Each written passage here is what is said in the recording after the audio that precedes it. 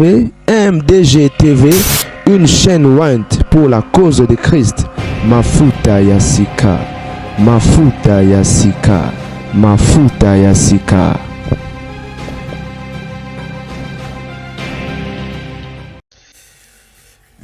Mais certainement vous allez très bien bandeko car on a souci à informer bino par rapport à tout ce qui se passe au pays. Bandeko maté et attention bandeko bile ba rouler la mité mais likolo bandeko na bomba na Congo, le Seigneur est au contrôle.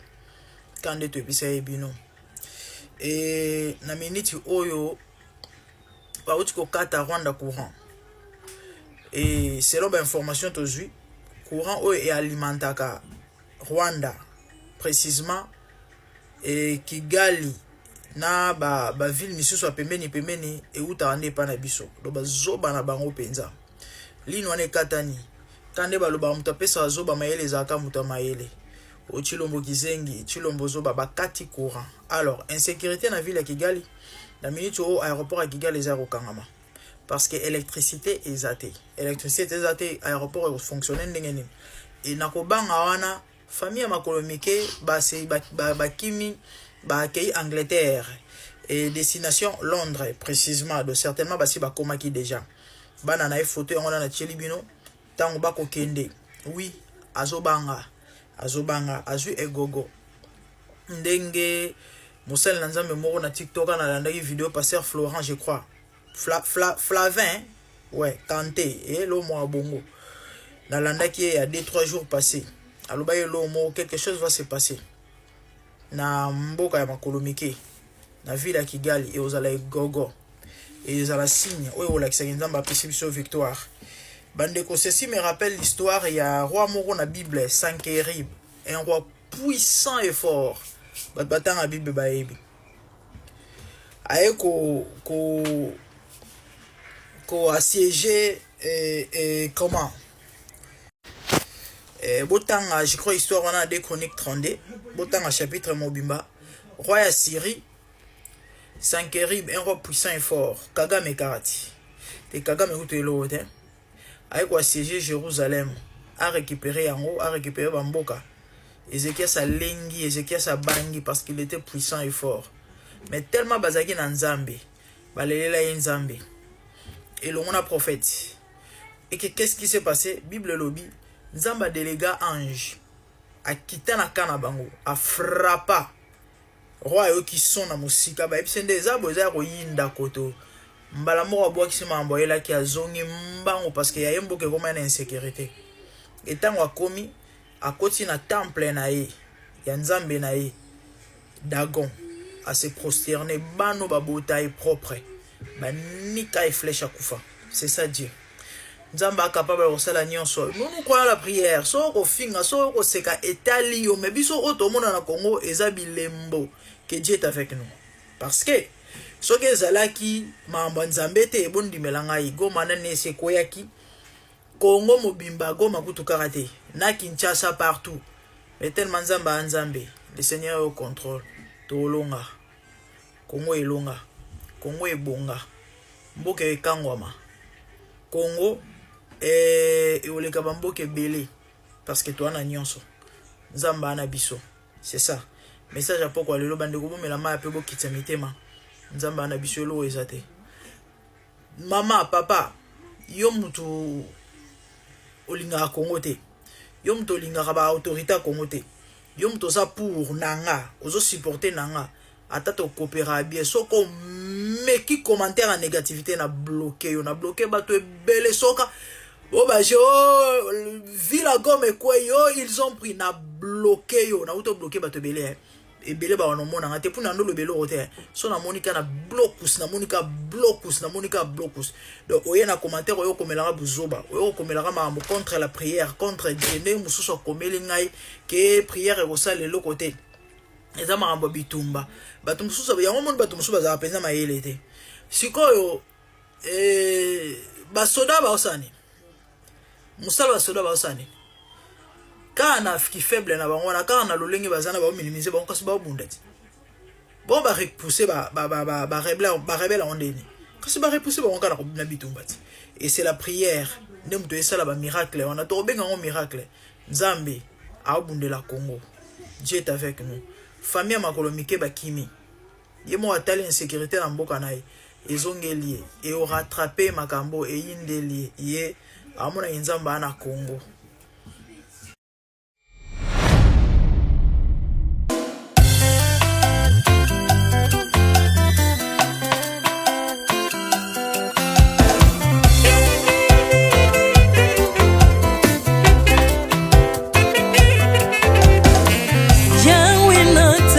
Mokili yo na monite natangi na histoire ya monde na monite na luki na yemba pete tose pour passer Seigneur, je n'ai pas pris non plus entendu parler oui ako kalala yo Yesu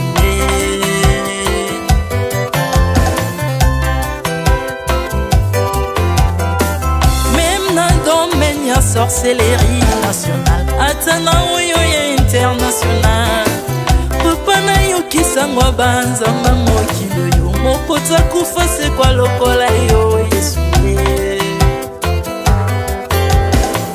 nanya voyage lokola yo nanya wakoka nino ya wanzambe uni masomo ya ekusu konanga okufose kwa poyo zali nzambe Yesu nzambe moneno kitanase olata nzoto poyo bikisanga okitana se pozwe sikananga ofuta nyongo na nzambe nanga Yesu ozali nzambe onkote ya okani na yo ozali nzambe obongwani te Yesu Yesu ozali nzambe onkote ya okani na yo ozali nzambe obongwani te Yesu Yesu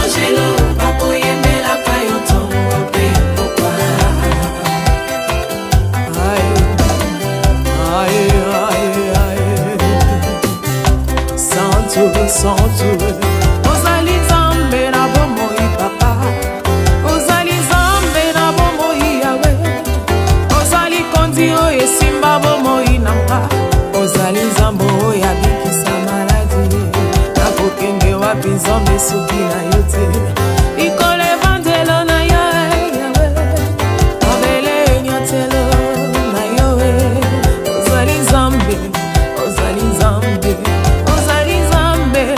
kote lokola yo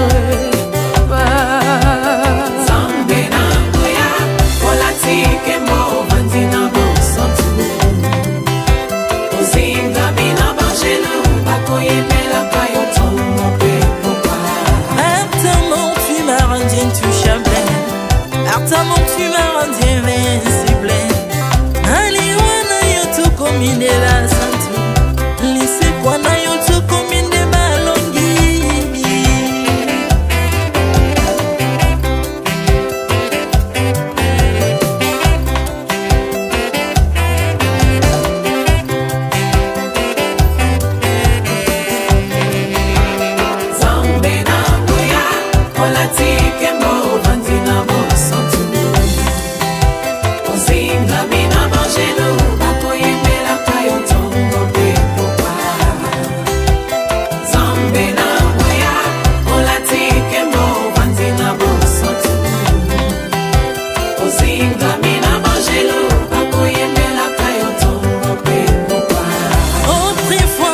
nazalaki binzo ndokia kolianga lolinga lingi mais par son son na se métamorphosé osimingo sambwe maladie na biso olingo bebi naza toxique grâce à lui.